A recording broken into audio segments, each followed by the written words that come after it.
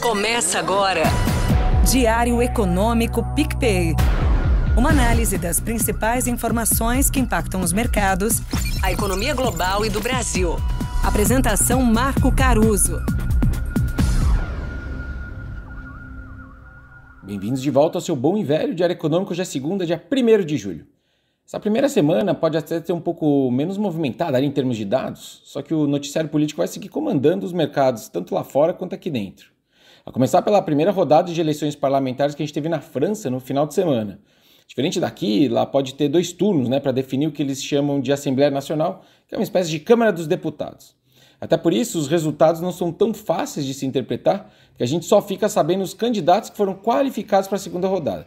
Enfim, dito isso, o fato é que a aliança centrista do presidente atual, o Emmanuel Macron, foi abalada pelos partidos mais extremistas. A extrema-direita ficou em primeiro lugar e levou 34%, segundo ali as prévias das pesquisas, com a extrema-esquerda levando 29% e ficando em segundo lugar.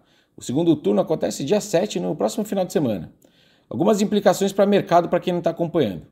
O comparecimento dos eleitores foi recorde, o que torna o resultado dessa eleição ainda mais forte. O número de regiões que vão com mais de 2 candidatos para o segundo turno também foi grande, o que também aumenta a incerteza do resultado final, para o bem e para o mal, E esses partidos na frente tinham, em geral, no passado recente, um viés muito mais anti-euro. Ainda que dessa vez essa retórica tenha sido muito mais limitada, mas enfim, essa é a grande discussão. Será que a gente pode ter uma implicação maior dessas eleições para o resto da Europa? É uma pergunta que a gente vai ter que responder nos próximos dias. Essa semana ainda tem eleição geral no Reino Unido, também na quinta-feira. Essa tem menos mistério porque os conservadores do primeiro-ministro Sunak devem perder feio. A cadeira do primeiro-ministro também pode mudar, mas o mercado tem até gostado dessa possibilidade de maioria mais clara, digamos assim, porque pode significar alguma estabilidade maior do governo eleito se de fato os trabalhistas tomarem o poder. Por aqui, o presidente Lula tem estado muito mais ativo recentemente nas suas entrevistas, que até contrasta com a postura dele no ano passado. Ele tem ocupado mais espaço no debate público e tem se comunicado com o eleitorado em geral. Ele ainda questiona a necessidade de cortar gastos e tem criticado a política monetária e isso tem feito preço nos mercados. Só que a dúvida dos analistas é o quanto isso vai ficar só no campo da retórica, já que é ano de eleição, então vale a pena, porque a gente tem visto em várias eleições nos últimos tempos, não é verdade, e mundo afora também, que se distanciar do centro tem, na verdade, gerado frutos políticos. Os mais esperançosos dizem que isso que ele tem feito serve para agradar suas bases, mas que vai servir para preparar o terreno para algum aperto fiscal, na verdade, mesmo que moderado, no futuro próximo. É como aquele ditado do governo e do violino, sabe? Um exemplo da diferença entre falar e fazer foi o decreto de meta contínua de inflação que foi bem recebido.